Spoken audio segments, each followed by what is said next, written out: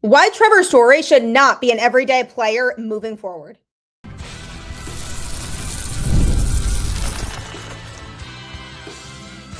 You are Locked On Red Sox, your daily Boston Red Sox podcast. Part of the Locked On Podcast Network, your team every day. Hello and welcome to Locked On Red Sox, your daily Boston Red Sox podcast, part of the Locked On Podcast Network, now the #1 sports podcast network. I'm your host, Gabby Maljanian, and today's episode is brought to you by FanDuel. Right now, new customers can bet just $5 and get $150 in bonus bets if your first bet wins. Head to FanDuel.com to get started. On today's show, are the Red Sox vibes in the clubhouse really that down? Are there concerns with Ranger Suárez? And what in the world are they supposed to do with Trevor Story? So the Red Sox lost yet another series over the weekend, this time to the Houston Astros at home. After coming off of a good, strong win in the first game of the series with a strong starting pitching performance from Jake Bennett, who made his major league debut, I thought maybe they would carry that momentum over into the rest of the series. They did not. They dropped games 2 and 3, and the majority of those issues had to do with the offense. And Trevor Story is a guy who just hasn't been producing at the level that he needs to produce with this team in order for them to justify continuing to play him. Now, a lot of reports have talked about Trevor Story's exact role with this team and how Alex Cora viewed his role versus how the front office viewed his role. And again, there's a lot of different things going around. But the reality at the end of the day is that when the Red Sox brought Trevor Story to Boston, the intention was for him to be a guy who would be a team leader, who would hopefully be a big bat that they could add to the lineup. And obviously he is a plus defender in the infield. So there were a lot of aspects of Trevor Story's game that they liked upon bringing him here. But this contract just has not aged and progressed in the way that the Red Sox were hoping that it would. For example, in the first few seasons, he has spent a lot of time on the injured list and hasn't been able to spend a lot of time on the field. So then last season, when he was finally healthy and he was playing in a lot more games, he was producing. He had a good offensive year last year. He was chasing a stolen base record, and he was really showing some of those traits that the Red Sox had seen in him when they brought him to Boston. But so far in 2026, things just have not exactly been going Trevor Story's way, especially on offense. Right now, he's batting .208 with a .245 on base percentage and a .300 slugging percentage. In the series against the Astros, it was more of the same for him generally when it came to being able to produce that big hit. Now, it's not like he's not making contact at all. He did in the first game of the series go 2 for 4. So that's definitely notable. It's something that we should pay attention to. And then in the second game of the series against Houston, he did record another hit in that game and also recorded a strikeout. And then in game 3, he didn't play at all. Ander Monasterio played shortstop for him and was batting in the 5-hole, which is where they have been having Story hit as of late. And then late in the game, they brought in Yoshida to pinch hit for him. And then IKF came in to pinch run for Yoshida. So then he took over at shortstop. But they didn't use Story at all in the third game of that series. And if the front office really is serious about not feeling like Trevor Story is an everyday player anymore, then we may start to see his playing time get cut down. And that is absolutely necessary. Why? First of all, because of his durability. This is a guy who has not been able to show consistently that he's been able to stay healthy. He's a 33-year-old with previous injury history. So reducing his workload could prevent burnout and improve his performance even, because if he's getting fatigued from playing a lot, that may make things worse for him instead of better. And if we want things to get better for him, especially offensively, him taking longer breaks or just taking more days off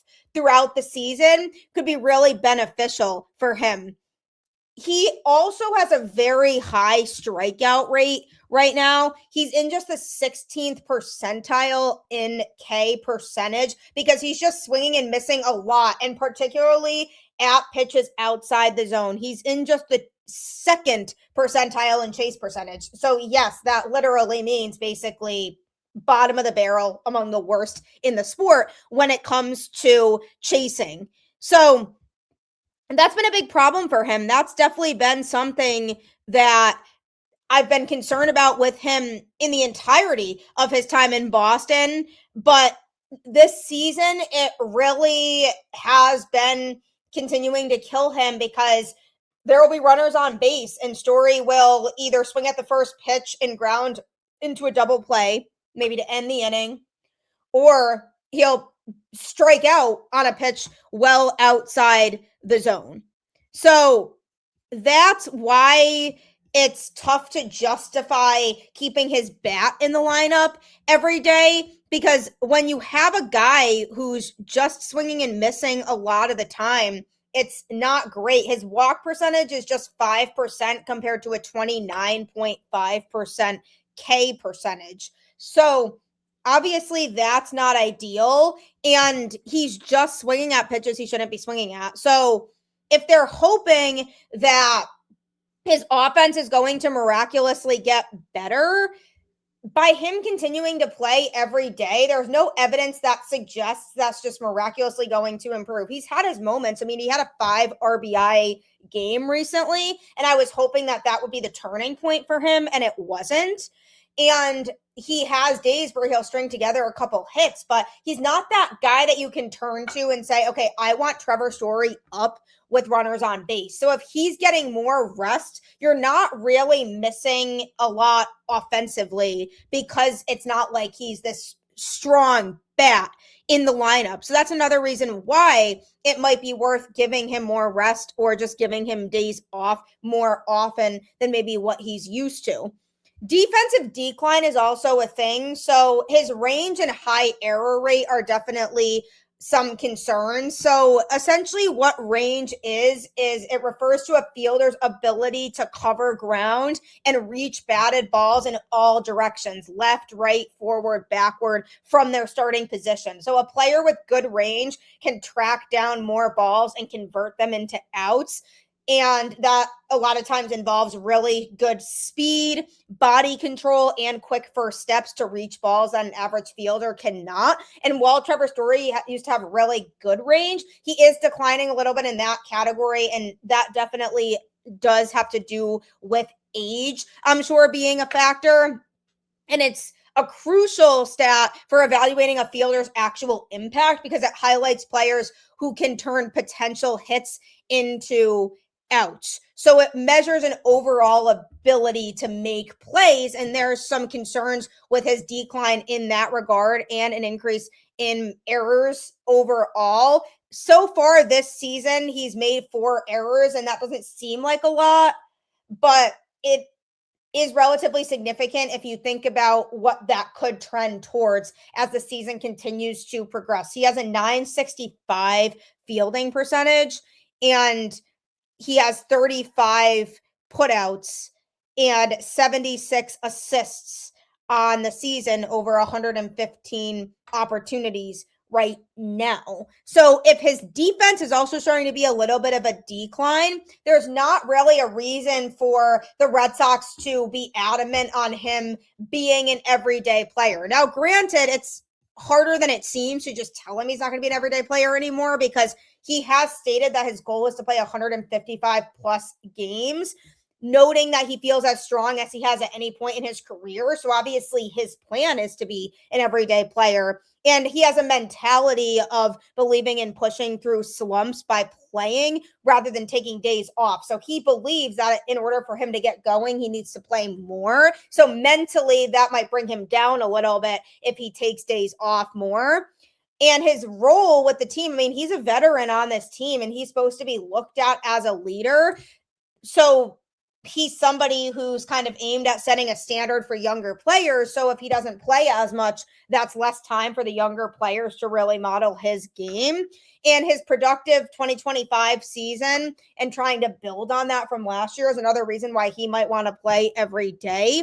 But with where the Red Sox are at in their roster management, if they don't see him playing every day, they have other platoon options that they could utilize. Isiah Kiner-Falefa, for example, obviously not a good hitter, and by no means would his bat be better than Trevor Story's, but he does also play a sound defense. So if the Red Sox want to give Story more days off, that's an option because IKF could go in there and play. Now, the question is, if they settle on Trevor Story not being an everyday player and they settle on saying, okay, we're going to give him more rest days. Now, the question is going to be, do they eventually move Marcelo over to shortstop and have second base be a position that they platoon a little bit? Do they have Story play there? Sometimes do they have IKF play there? Do they have Monasterio play there? And maybe keep Marcelo at shortstop since that was his natural position before. And if they transition Trevor Story to second base, then he can play that position maybe a little bit more effectively as he gets older. So that's a decision that they're going to have to make. But overall, it's not like Trevor Story is contributing enough to where he needs to be out there every day. He has a WAR, meaning wins above replacement, of 0.1. So that basically means that the Red Sox aren't winning any more games really with him than they would with a replacement player. So if you take Trevor Story out and you give him more rest days, it doesn't really feel like they're necessarily missing a beat or sacrificing a certain thing that Trevor Story brings to the table that he does very well. Because while he has aspects of his game, like his speed and his defense that has been declining a little bit, but is still sound, they have other players who can utilize those factors. IKF was used as a pinch runner yesterday. He plays a sound defense. So there are other ways they can work through it. It's just a matter of, do they continue to platoon shortstop, or do they move Marcelo over, or do they just deal with Trevor Story struggling and let him have it his way and work through it by playing every day? We'll have to see how that goes down, but yet another pitching injury may have emerged for the Boston Red Sox, and I'm going to be discussing that next. The NBA playoffs are in full swing and every possession matters. If you're looking to get even closer to the action, FanDuel has a great offer to get you started. Right now, new customers can bet $5 and get $150 in bonus bets if your first bet wins. That's right. Turn $5 into $150 in bonus bets just for getting started.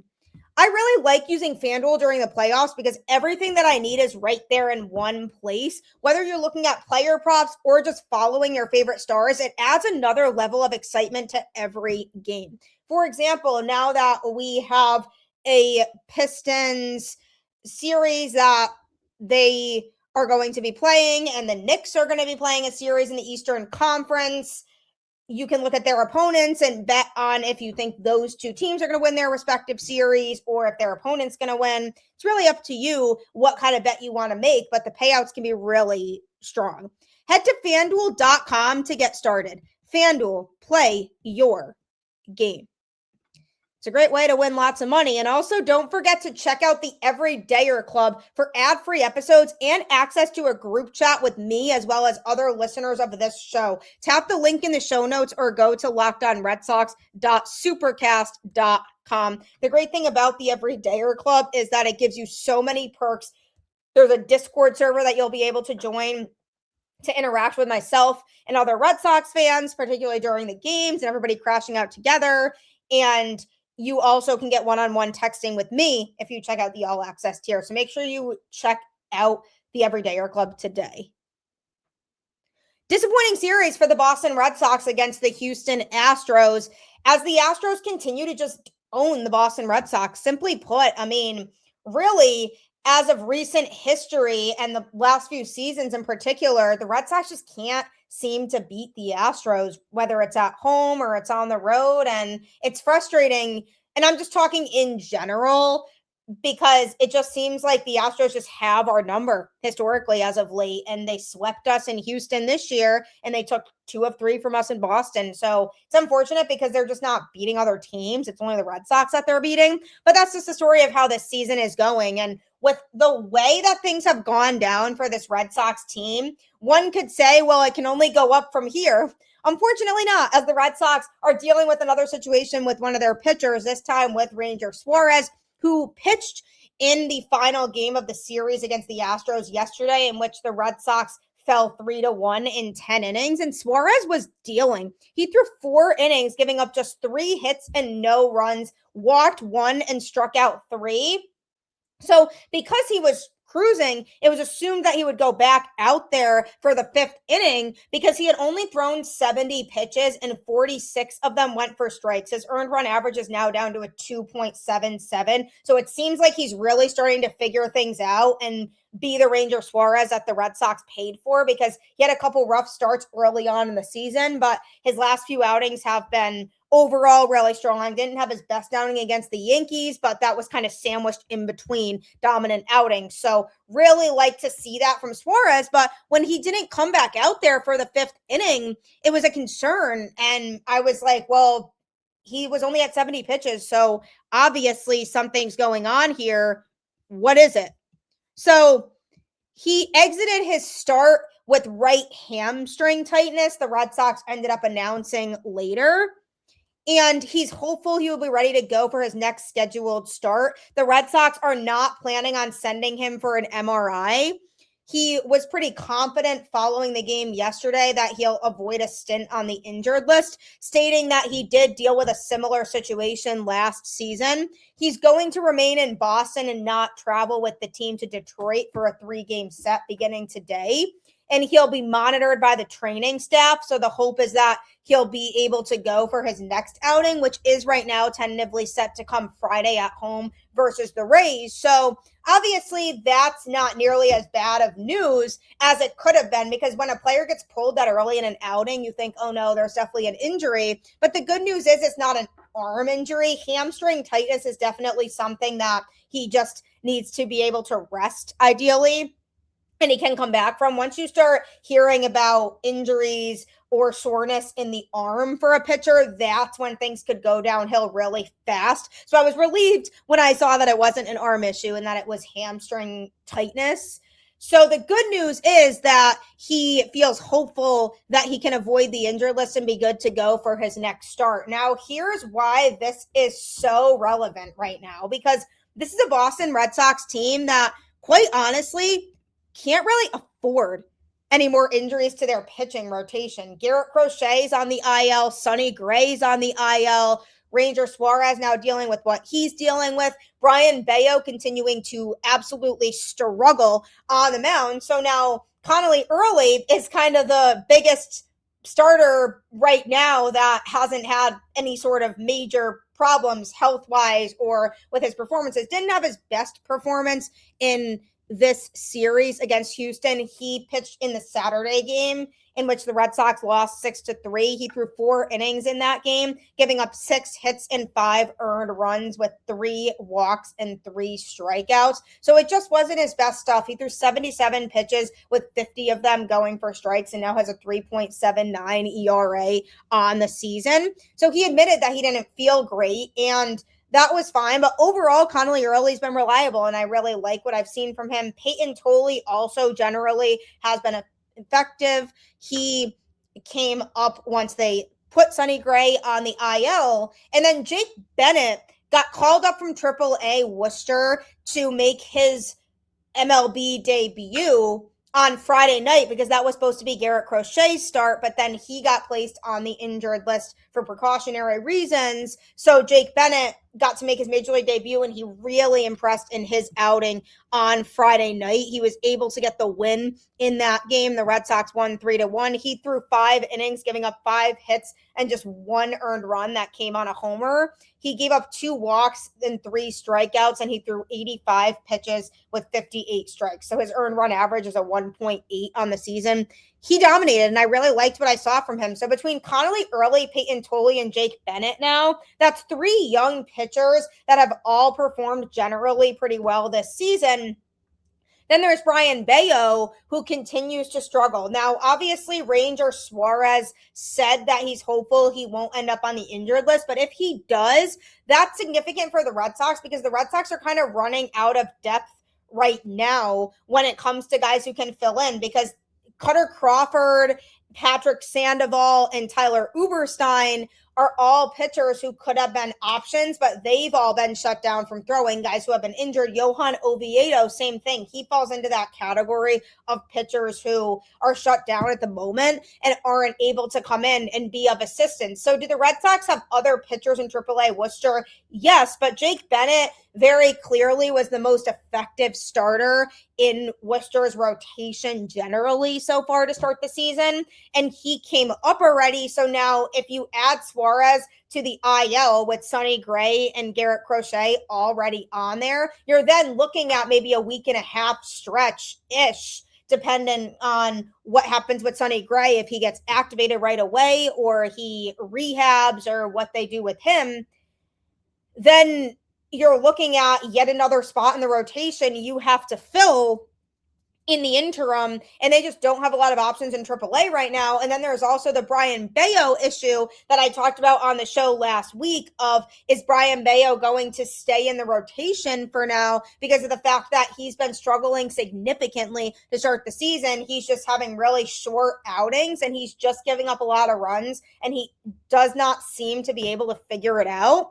So there's been a lot of talk of sending Brayan Bello down to Worcester, but the problem with that is they just don't have a lot of depth options right now, and you don't want to just call up any pitcher from Worcester for the sake of it and risk ruining their confidence and throwing off their development if they get absolutely hosed when they get called up, and then it just becomes an issue if the Red Sox start losing games because they don't really have that depth. So that's why it is pretty evident that for right now, at least until Sonny Gray or Garrett Crochet, whoever comes first, comes back from the injured list, is back, because you need to make sure that you have that durability and that stability. And once you activate one of them, then you can maybe think about sending Bello down to AAA to work on things, because then you're adding one of your main starters back into the fold.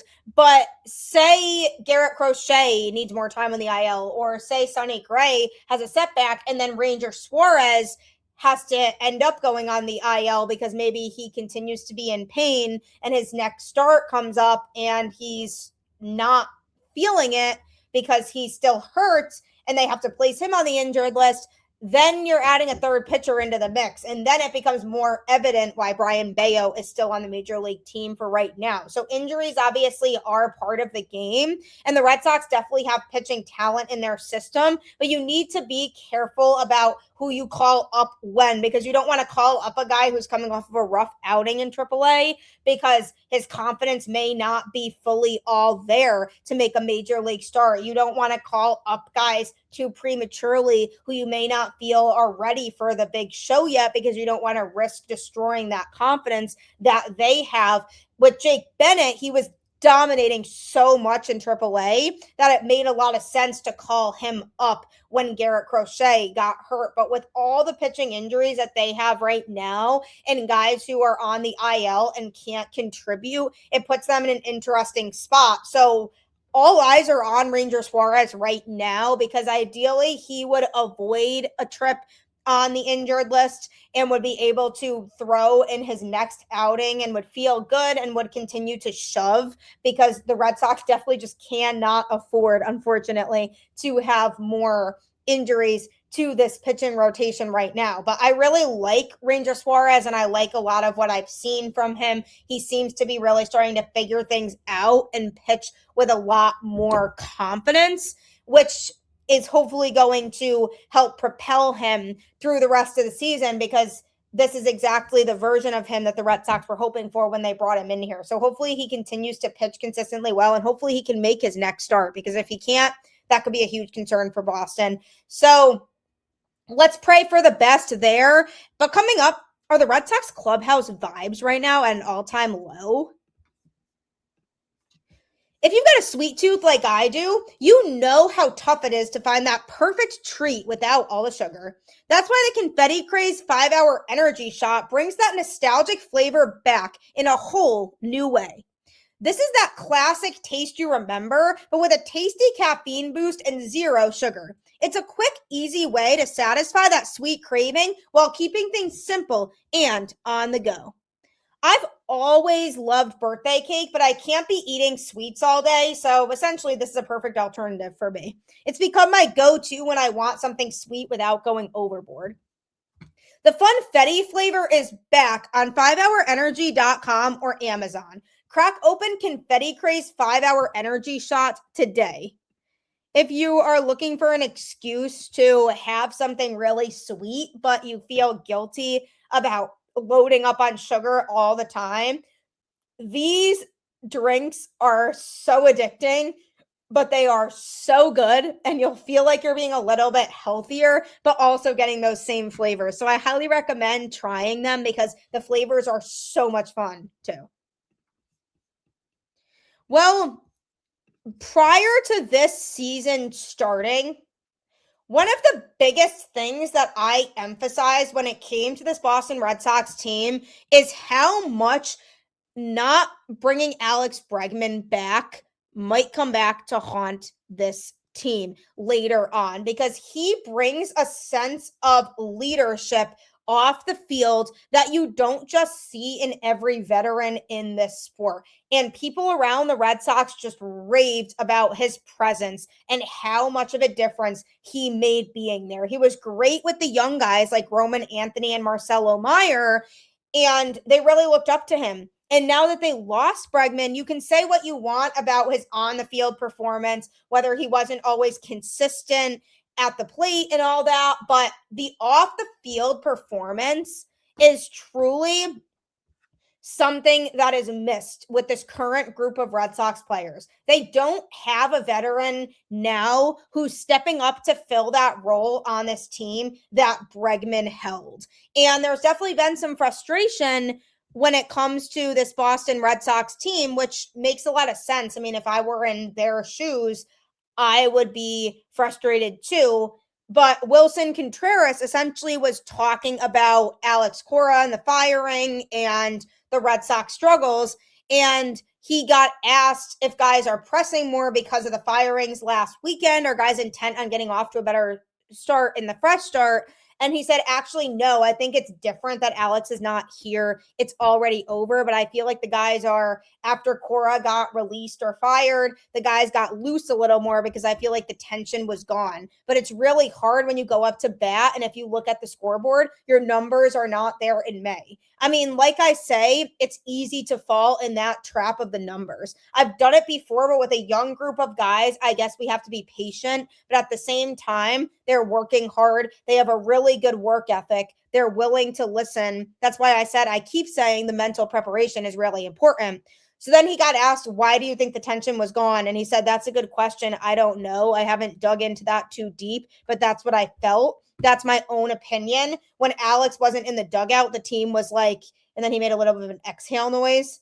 And then he said, like, loose, but it doesn't matter. I mean, we have to play better. We have to find consistency. We have to get better. We have to be better. So it seemed like he kind of threw Alex Cora under the bus a little bit by basically saying the locker room was a lot more tense and now they're playing a little bit looser, but it's not helping the results at all. And it really circles back to, okay, what are the underlying issues with this team? Because it really feels like it wasn't Alex Cora based on more and more that's come out. And there seems to be a little bit of tension, and it has more to do with who's to blame for all of this and less about, teammates kind of going at each other. But Willson Contreras basically was talking about how it probably doesn't help that the lineup has a number of young players who don't have much experience in dealing with slumps, and basically saying, this is a young roster and these guys don't know how to handle it. And that's, again, where Alex Bregman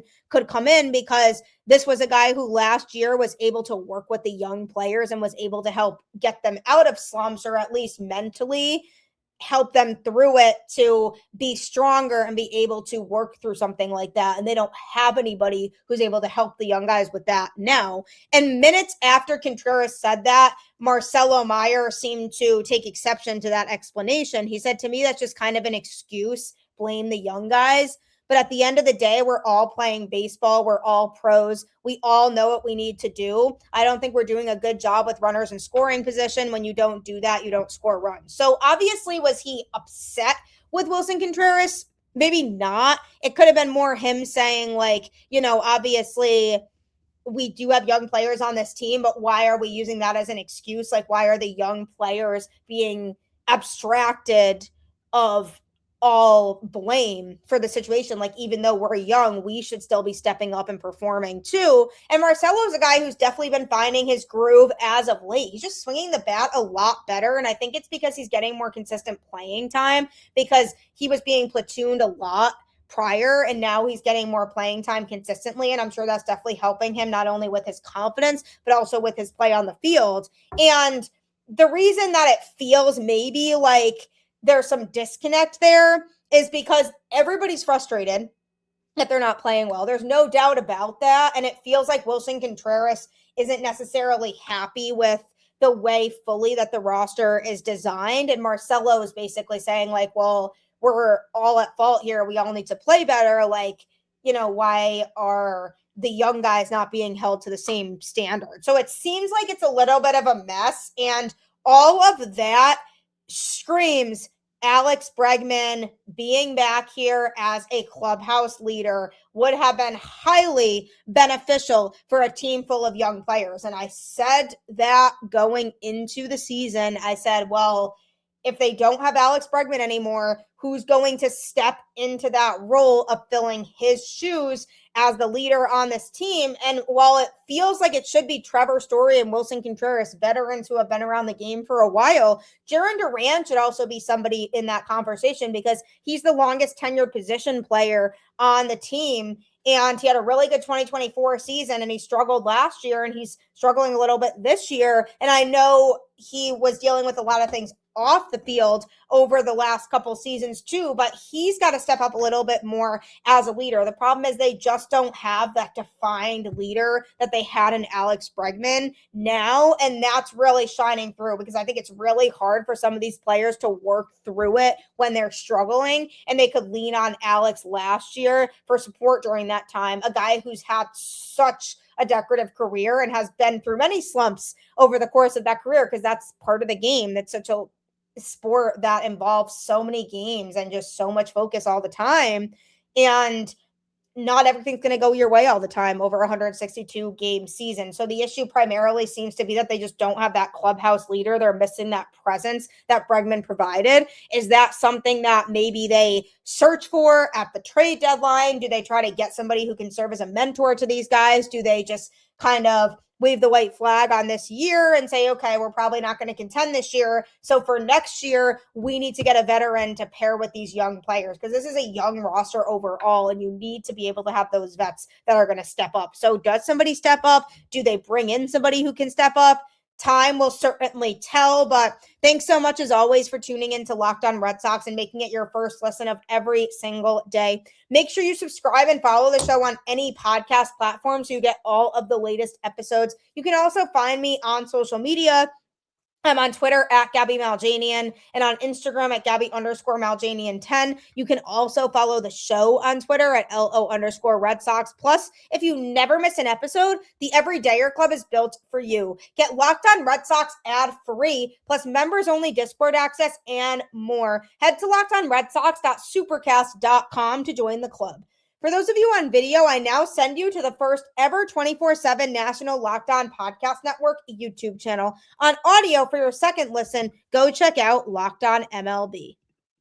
Thanks so much as always. We'll see if things get better. Keep the faith. Go Red Sox, and I'll catch you on the flip side.